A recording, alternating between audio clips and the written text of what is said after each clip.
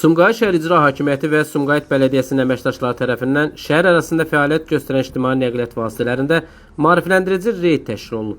Reydin əsas məqsədi sərnişin daşıma fəaliyyəti ilə məşğul olan sürücülərlə profilaktik söhbətlərin aparılması, avtobuslarda təmizlik qaydalarına əməl olunmasının vəziyyətinin öyrənilməsi və təhlükəsizlik məsələlərin diqqətinin artırılması olub. Tədbir çərçivəsində marşrut avtobuslarına baxış keçirilib, sürücülərlə görüşlər təşkil olunub, onlara sərnişinlərlə etik davranış qaydaları, yol hərəkəti təhlükəsizliyi və nəqliyyat vasitələrinin sanitar vəziyyətinin qorunması və xidmət keyfiyyətinin yüksəldilməsi ilə bağlı tövsiyələr verilib.